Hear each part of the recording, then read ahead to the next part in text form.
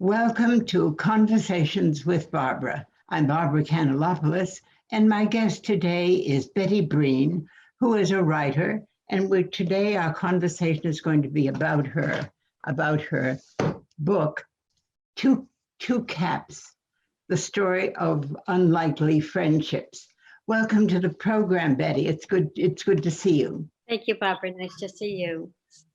Now, Betty, I wanted to call this a book for children, but I think it's more appropriately a young adult novel. Really? Okay. Yes, I would think. Had you had a grade, an age level in mind when you wrote it? Well, they're fifth graders, and the two boys, and a lot of children don't like to read about somebody younger than themselves. So the people I'm hearing from are as young as 7 and as old as 12, but mostly parents reading to younger children. Oh, I see. So it's also a good read to book. I think so. I see. Very nice. Well, now tell us something about the writing life. How long did it take you to write this? Or was it? Oh, I know. What I think is really interesting is your inspiration for writing the book. Tell us about that. That I told you was that I had a young grandchild who's quite artistic, and in kindergarten, I don't know what the reason was, but they drew dreidels in a private kindergarten, and then they decorated them. And he brought his home and hung it on the Christmas tree. And that stuck in my mind for a very long time. I'll tell you later how long. And this year, I decided it needed to be, I wrote it for Matthew, who brought the dreidel home, and his younger sister at the time. They're both adopted, so they brought a new culture into an already mixed culture family. Let's take one moment to tell viewers, perhaps some who may not know what a dreidel is. Oh, a dreidel is a toy that children play with primarily during the holidays around Hanukkah, and they spin the dreidel, and depending on where it stops, that is how you play the game. Each side of the dreidel has a little Jewish symbol. And you either add a token, or you can play with candy or marbles or tokens or whatever. And whoever wins the most wins the game. Yes, that's really a traditional. We think of it as a toy, an historical or a cultural object. So now continue. Then he hung it on the tree. Yes, and I've just been thinking about that for years, because especially this year when we had so much diversity and so much unpleasantness with people who are considered others. And I just thought if we could find a way, but the new boy in school is Jack. The main character is Charlie. And when Jack moves into the school, he wears an odd hat.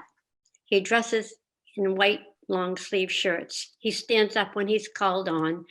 And the whole class thinks he's kind of weird. He's not like they are, wearing their Red Sox t-shirts to school and maybe baseball caps if they can get away with it. But they both want to be writers. Charlie wants to be a sports writer like his uncle, who's very successful and meets important people and gets free things. Free things are very important to 10-year-olds.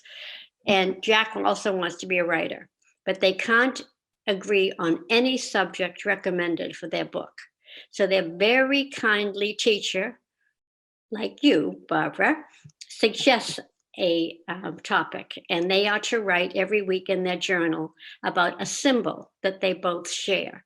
And things that they share, although one is celebrating Christmas at this time and one Hanukkah, and that's what they're going to write about, they are taxed with learning about the other boy's holiday and finding similar symbols. And at the end of the book, there's a glossary where they write what stars mean to each of them, what meals are important, what foods, gifts. They have a lot in common. They both have something on their front door. They find 7 or 8 symbols that are important to both of them, and why. And once they know why, they understand. Yes, you're right about our times. We need books like this that bridge the cultural divide, and it shouldn't be a divide, but it is. You do explore both holidays very well, and so it's informative as well as entertaining. Thank you. I hope it's fun too. The boys have fun, and Yes. when they learn the tools of research, discovery, listening, then they're able to find out or discover why their class bully acts the way he does. And that's a different friendship that they form. Unexpected, unlikely. I like to write as well and I've always been interested in the times. I read about some writers. The book took 10 years to write. Someone else, the book was written in 6 weeks. And so I'm always curious about the timing. How did you go about it? Was it just one spell, or was it done in sort of in periods? Well, there are people like, what's his name, James Patterson, who seems to write a book every 5 minutes. I'm not one of them, because Matthew brought this dreidel home from school when he was in kindergarten, and he's a junior in college now. So this has been germinating for some time. Yes, And yes. I guess I had written a little book for Matthew and his younger sister, Caitlin, at the time when they were very young, about the difference between the two holidays. And people have continually asked me to flesh it out. And this year I had time. And I think I learned my craft when I was writing this book, which is probably more familiar to Cape Cod, the Cape Cod Wampanoag Cookbook. Yes. And the reason this was a very interesting book, I was brand new on Cape Cod. I took a graduate writing class at Harvard Night School called Finishing the Novel. And the final exam was to do an essay. And I chose to do my essay on 5 women coming together for an out of season Thanksgiving, and each bringing a girl or woman from a different culture to talk about their holidays and what they were thankful for. And that becomes the last chapter in a book I'm writing now, off the subject. But the Cape Cod Wampanoag Cookbook, I sent out a query letter, and in 3 days I had a publisher, a literary agent. After a year, they wanted me to not have a collaboration, but to go on my own, and they offered me a 3-book deal. And I said, no, this is not my story. I'm writing somebody else's story. So we thought it was dead. That night, somebody came into the restaurant where Earl Mills was the chief of the Wampanoag and chef at the restaurant. And they said, oh, they had a friend who did 2 things, cookbooks and Indian stories. So we gave it to them. And that was not really a self-publisher. It was a very small publisher in New Mexico. So that's the story of that. When I was writing this book, I ran into roadblocks because if anything today sort of even hints at religion, it's a different book. It's not handled the same way. You're under suspicion. You have your own ideas, and they don't want to hear about it. So in January, when we were kind of in the house, I had probably COVID in January or February before we knew what it was. And I was laid very low for a very long time. And I thought and thought and thought about my little book for children, and it came together. I didn't have time to go the search for a publisher. So I looked for self-publishers, and I found one, and only because it was in Charleston, and I love it, and they were wonderful. I wouldn't consider them self-publishing. I did the cover myself, and I also worked with them. They had me read it through with them 5 times. So that's not self-publisher. I have edited books for self-publishers who the people finished their book and mailed it, and they got it back printed, but they didn't change a word. They offered no advice. So this has been rather peer reviewed in a sense. It was excellent. We were all working virtually, and they were wonderful. I could pick up the phone and call them anytime, and they would call right back or answer right away, and they were wonderful to work with. So that was the story of that. It took me a long time, as I said, I think a long time. And when I was in that course at Harvard Extension School, finishing that course on writing a novel, my essay that I wrote for my final exam is now the last story in my novel, which is finished, but I'm editing it. So Oh, it's I an see. evolution, and I can't say time wise. I'm slow. I'm Yes, slow and I'm old, but I wanna write yes, more than anything. yes, yes. It will be finished when its time comes. Yes, I understand that too. And I do understand very much the notion that some ideas have to, as you say, germinate. You got to think about them, and then as time goes by, they sort of become your plot and your theme. So now, are you a long-time Cape Codder?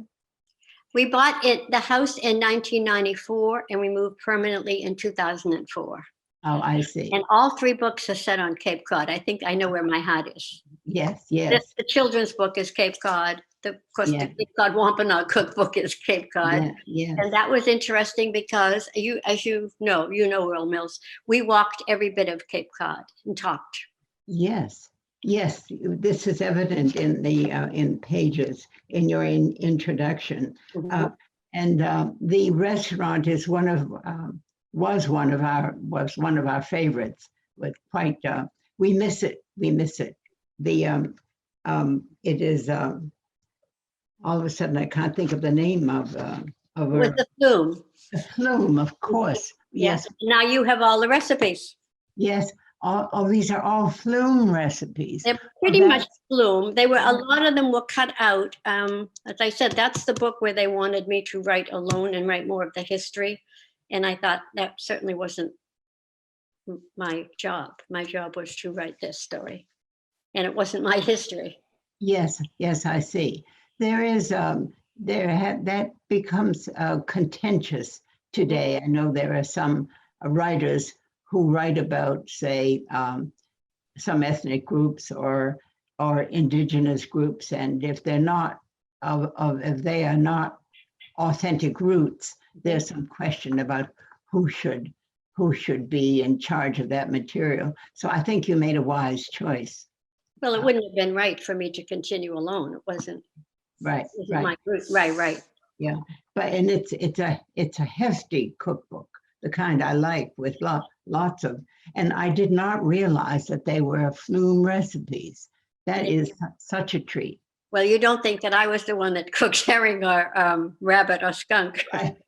Yes, yes. They had skunk in there merely because way back, Earl was on his land at that time, something like 12 generations. So he knew the history way back. And skunk was about the only meat available in the springtime to the original settlers, the Native Oh, Americans. So that's why they cooked rabbit, skunk, heron, things that they say heron's so tough, you can't even eat the bones. yes. Now, what is the year that this was published in? The cookbook is, I think, 19 years ago. I think 2000. 19. Do you know how this is so timely? Mhm. Two reasons. Well, because we are seeing a great effort in reviving the Wampanoag customs. Mhm. This has been ongoing.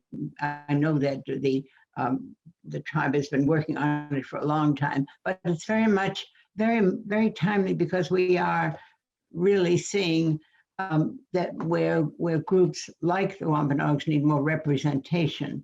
And so this makes it timely. And also in food writing, the notion that there are all kinds of unusual things that Mhm. are edible Mhm. is talked about, including, I think, crickets, things that we feed animals. Mhm. Well, anyway, we won't go into that. A skunk is, well, I'll have to I think check. it's got a popularity now because it's the 400th anniversary, of course, of our country. And the Wampanoags met the English settlers, my ancestors.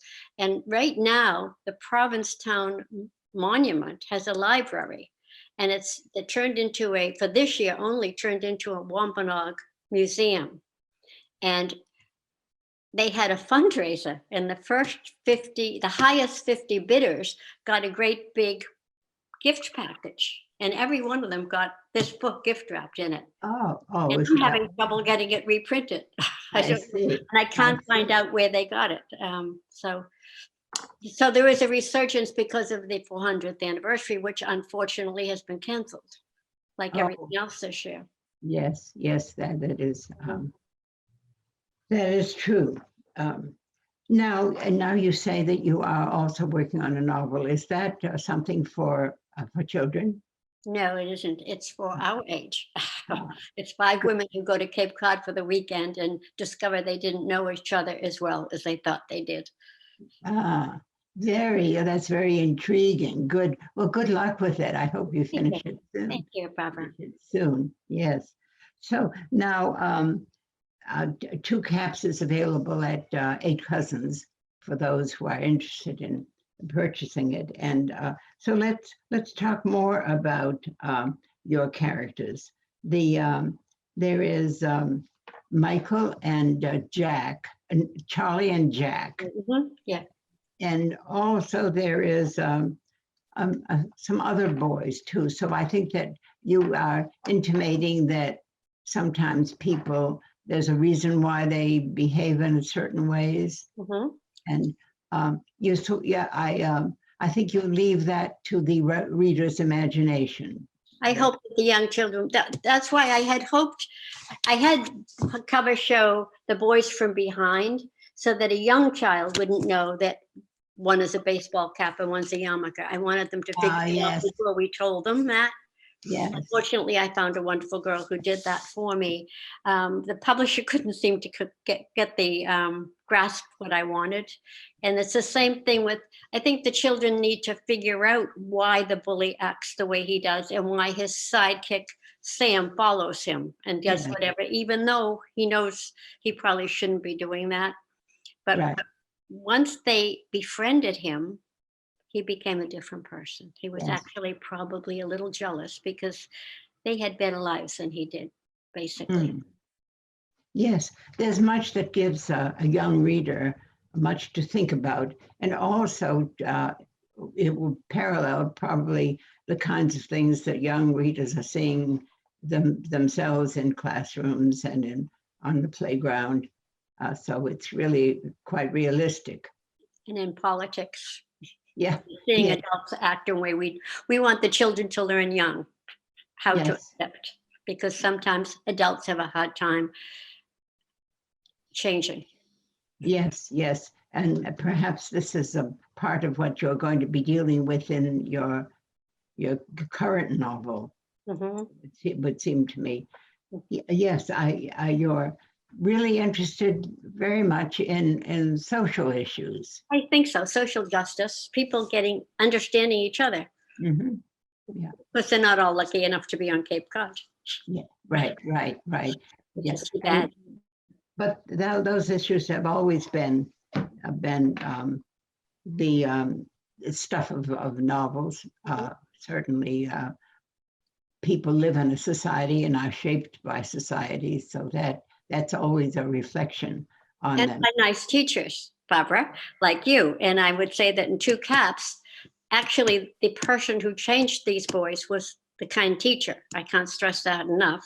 And also in my novel, there are five women, but the person who really is the sanest one in the group is also a high school English teacher. And Yeah. that's before I ever met you.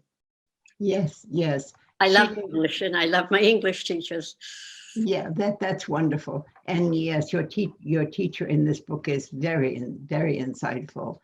And let's have a look at. Do you read much children's literature? I was wondering if you have some thoughts about the kinds of things we have seen over the years that children's literature has become much more honest than it was. That is, the subjects now are that libraries may have been hesitant to allow in their buildings are now very much part of what people are writing about.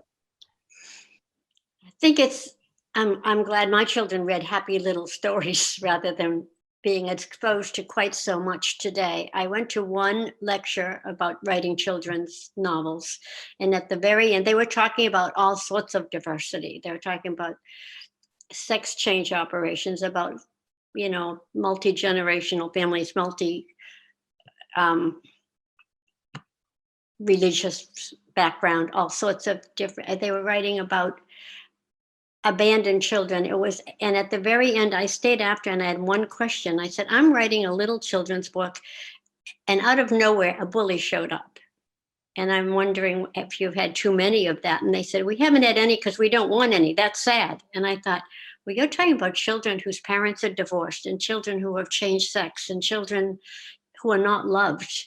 And you don't want them to know about bullies. And I spent quite a bit of time with our very nice head librarian in Falmouth of the Children's Library, just trying to find out if there were any books at that age. Now, this might be a year ago, for boys. And oddly enough, there were none, but there were plenty for girls about bullying. Interesting. And so I think now I have seen more come out. And also, my competition probably now, right, is Jill Biden, who wrote a book about her husband, the vice presidential candidate for president, about why he sometimes seems like he can't remember a word, and it's actually because he's a stutterer. Yes. He's his whole life. So I think we are in the same market, the same age. I haven't seen her book. Mm-hmm. And I think that's a kind of gentler way. I think these kids are being exposed maybe too soon to too much. They're seeing it, they're hearing it. Yes. I think I'd like to see more books about how to deal with it, discover, accept. Yes, and I think, but the issue of bullying certainly is central in schools, in the training of teachers who are now alert and aware, and also equipped to do something about it. So that the topic has been is pretty open discussion, and I haven't read any, although I do read a lot of children's literature. I haven't read any that deal with that, but I'm sure it's taken up. Usually with the children's, like any literature, the theme has to go along with a very good story. It is, otherwise it becomes didactic and not as interesting as with a good plot. And you have certainly lots of things that keep a child interested in this plot. You get inside of the head of your protagonist and his fifth grader problems, and his relationship with his sister, which is very realistic. I guess you really read it. Thank you. Yes. Yeah. So now, I'm very curious about the editing too.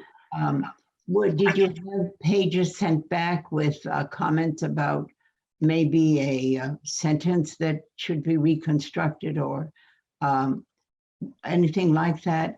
It may be that correct writing in the sense of following proper syntax and grammar is nothing. You don't need any corrections, but sometimes typographical errors, or even where chapters. Was there anything like that in the editing? No, what I discovered when I read it the first time, there were hyphenations I couldn't agree with, and I didn't know what to do. And when I called them, they said, rewrite the sentence. But I still didn't know how it was going to appear when it was printed. So it was kind of a shot in the dark.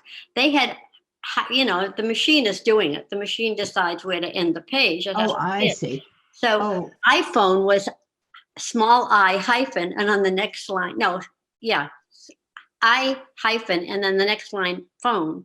And I thought some of these children will be very young, and that's kind of hard. So I just rewrote that whole sentence in the paragraph and sent it back. Oh, Those I are the see. only changes we really made. She would say there was one girl, there were three different girls who read it, and one would say, "Oh, I love this. I particularly like this. Or this is really good." Or I pretty much was on my own. They were there, always there for a question. Oh, I see. Yeah. You probably know stories that really are interesting about editing novels. Mhm. Uh, the Some novels are the work of editor and writer. An editor will spend months and months and months with a writer, revising, changing, and you didn't have to go through anything of that. There were no suggestions. I'm doing that with my novel, which is, of course, it's 3 pages so far. So at 300, it's hard. That's longer. I don't know where to put the quotes. I don't know if they have to be at the beginning of every chapter or if they can be interspersed. There's a few little things I don't want to be awkward. There's a lot with 5 women all talking. Yes, yes. But We should a beginning writer, somebody who wants to write, is it critical to find an agent? I think it would be easier if you can. I backed off with True Caps strictly because I didn't want to have somebody say, no, if you're going to have Christmas, you can't mention anything about Uh, the Redeemer. I didn't want you. I did have, I don't know if you noticed it, a rabbi read this with me several times. And he was wonderful. He had a few little suggestions and he added a few things. I just said thank you to him at the front of the book. No name. He didn't chose not to use his name. mhm. He was very kind. I wanted to make sure I was correct. I didn't say Yes, anything that wasn't. of course, because you do describe the rituals at certain holidays. Yes, that was probably very wise, which must have given you quite a lot of confidence too. Well, he was wonderful. He was so kind. He Right. made 5 copies of it, first of all, and he sat down with me, and I thought I was going to be my bar mitzvah while I was there. Oh, really? So much. Right, Very right, nice. And I right. felt a little more confident because I'm familiar with my own background. And we don't delve into the religious aspect, just symbols. Yes, right. But I mentioned the Holy Family, and I could not do that with many publishers right now, which is Mhm. sad. That's what Christmas isn't about Rudolph, really. Right. But are you speaking about mostly children's literature where you don't think that that's particularly So that's uh, my only doesn't experience sell? with it. Well, publishers, of course, are interested in selling, Mhm. so that sometimes books are written with that in mind, which is really too bad. But I think it's really interesting because religion in public life is an urgent question. We're having to deal with that all the time. Mm. So you would think that we'd be much more willing to have open discussions about these things. Yeah, we have no prayer in school, so that's sort of landmark. Right, separation of church and state. And now, when do you write and then wait and rewrite after you've got a couple of chapters, or do you write and edit as you go along? Oh, I'm still rereading and rereading and rereading. And I have a chart with the names of the people and everybody in their family group so that I can go back and make sure I didn't change the names. You asked a question before, it made me laugh because I went to the Cape Cod Writers Conference one year, and there was a young man who had kept setting out this book, and it was kept being, they wouldn't even look at it. They kept setting it back and saying, this is terrible. Well, he had decided that he didn't like the name Ted, and he changed it to Bill. So every time he had a TED, it changed it to BILL. So it said, instead of wanted, it said one bill. And they didn't know what he was writing. They couldn't read it. So I read everything back over and over and over because I have changed names. I realized I had in the novel too many names that began with J. I see, I see. Jack's gone out of that book.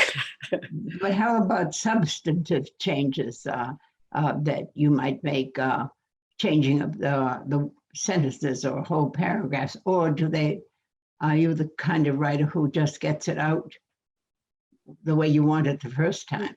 No, I think I read every time I sit down, I'm reading a different chapter and checking it. Now, now that I have the substance, all I have to do is do the last chapter, which I already have in my head. I'm living with these people. My husband thinks I'm losing it, that there's something wrong with me. I'm just plain distracted. I have people up here, a lot of people. Yes, right. I know exactly what you mean. You're living in this fictional world, Mhm. right? Yes. It's very nice. It's very happy out there. Right. There's quite a lot of discussion about writing classes, writing schools. Some say writing cannot be taught. It's like jazz. You just know it. And if you have to ask questions about it, then you're not going to understand the answers. So, but others really claim that writing is a craft and it can be learned, and you learn just through trial and effort. So have you, what's your take on that? Do you think that writing is something that one just has the talent for, or can it be learned? Well, I think you have to love it. You have to love to read, first of all. You have to love to write. I don't even write out a grocery list. I put it in my computer. I love having things that I can visualize, because I leave them on the counter when I go to the grocery store. But I have it, once I write it down, it's mine. To answer your question, I think every writing class has helped in some way. They might just pick one character and tell you to develop it or something like that. What I haven't had luck with is learning in a course taught by a writer. They have their own method and their own motives, I think. And I've had one particular writing class, and it's a woman I know, and she had a book that they said was going to auction, which she thought was a bad thing. And an agent picked it up and said, "Don't settle. They're offering you $100,000 on your first book. Don't take it." Oh my goodness. So she went, and I went to one of her classes, and I found she was no help to a writer. She was helpful about selling her own book and telling you how good she was. But you don't have to be a teacher to be a writer. You don't have to be a writer to be a teacher. If you've lived long enough, like I have, you've learned a lot. My mother stressed English. We were all taught, we had to form complete sentences in our house. And I think I love words, as you do.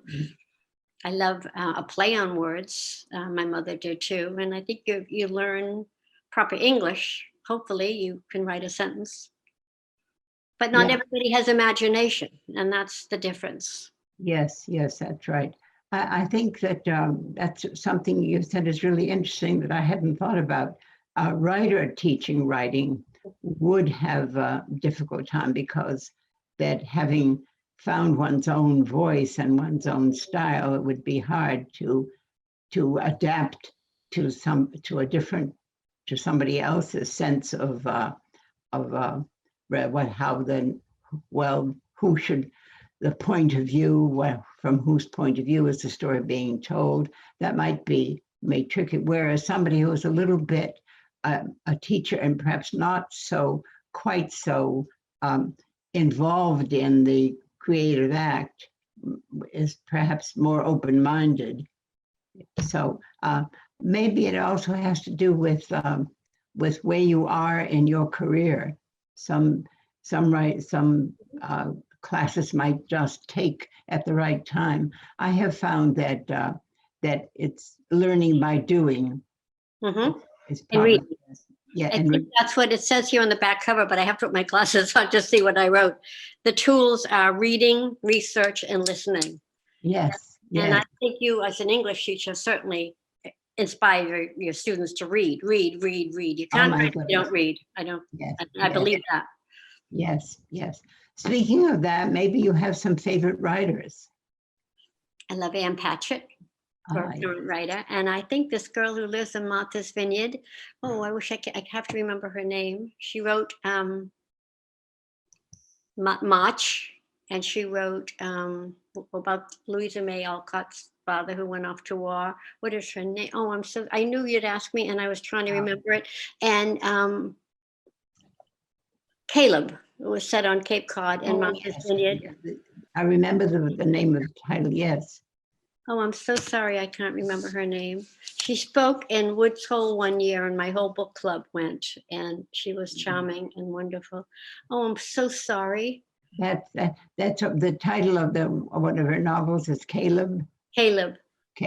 So, And he is a Native American who goes the first Native American to graduate from Harvard back in the 1600s. And another one was People of the Book. She had a book that was yes, I remember. If I wasn't on my computer, I'd be looking it up right now. Right. Yes, People of the Book. So these are modern American writers. Any others? Yes, James Joyce is my favorite writer. That's as long as we're getting back to dead white men. Yes. Shakespeare, but I'm not an authority. I just love because he's in love with words, and he's given us so many words, and we know what they mean. Yes. No question. The patriarch of literature. Yes, in all languages. And we are spending. Well, we thought we were going to England last year, and we couldn't go because I had foot surgery. We thought we were going this year, and we can't because of the pandemic. We are tracing my family's roots back to Shakespeare, not as relatives, but some grandfather, and I don't know how many generations back, sold a house to William Shakespeare. Oh, and I'm in love with my favorite place in the world. How exciting! Yes. So we're 100 years off. And the missing link is William Underhill. And the William Underhill, whose home we actually found and met the docents in this home, think it is the right one because he was a very dear friend of Shakespeare. And he thought that and I thought it was a dead end because this man only had girls. And they said, not so, because often those girls would keep their name when they got married, if they were from a wealthy family. Not that my relatives, any of them any generations have been that wealthy, but it was exciting. And we went on looking at 16 churches from the 1600s. Oh, wow, how wonderful. Wonderful time. Yeah. Yes, I admire the man. I admire him for making up words and writing plays and spanning the centuries. Yes, and it's often been said that if we did not teach Shakespeare in high school, we would have more readers loving Shakespeare. Right. There's something about having to read something that can sometimes be a sort of block, but Shakespeare is, you don't have to really be an expert. It's just fun to just to enjoy the beautiful language. Mm-hmm. Okay. Live in a different time. Yes, exactly. And so I want to also let people know it's two caps, and I do think that it would serve as a young adult literature, and it's available at 8 Cousins, and you are. It's at every bookstore. It's just that they're having trouble as much as everybody else. So now even Barnes & Noble, it's all over Barnes & Noble all over the country, but they want people to buy it and they will ship it to their house. They're not going to buy hundreds of books. It's very different. And so everybody has a copy of it or more, but they don't necessarily have it in stock, but they can get it in 2 or 3 days. And this is, I guess, right across the whole industry. It's just their way of coping with a very bad year. Oh, yes. Publishing is in Brookline and Wellesley and around the country because people have bought it and shipped it or something. And, so they won't print many copies. They want it printed on demand. I can bring as many as anyone needs to stores, but they don't want to be buying too many books right now. And I understand. Yeah. Now, this is in print still in print? Wampanoag Cookbook, I don't know. I don't know. I'm trying to find out where the Provincetown Monument got enough that they could give away 50. I do know one whole window of the Monument bookstore had nothing but this last summer, trying to get ready for the 400th anniversary. And I can't reach my publisher. He was not a self-publisher, the first one. He had his own little industry, his own little business, and he's retired. I see. So, I don't know. Well, it has been wonderful to talk to you. And you know, you are an inspiration to all the would-be writers that we have in Falmouth. And there are plenty of us that we all think we have stories to tell. And you do, especially you. Yes, we just need to get disciplined enough to sit down and write it, right? They say the first step is to put yourself in a chair. Yes, right. But there were a lot of interruptions when you're at home, you know, if you don't have an office. Yes. Yes, so many writers do have try to find a place where they can have some solitude. Mm-hmm. But I think that when the will is there and the passion is there, writers will find a way. Right. I cannot thank you enough for being on the program. You've been delightful. Yes. And viewers, it's called Two Caps by Betty Breen, Elizabeth Breen, A Tale of Unlikely Friendships. Thank you again very much. Thank you so much, Barbara. It's been a pleasure. Yes. And hope to see you again.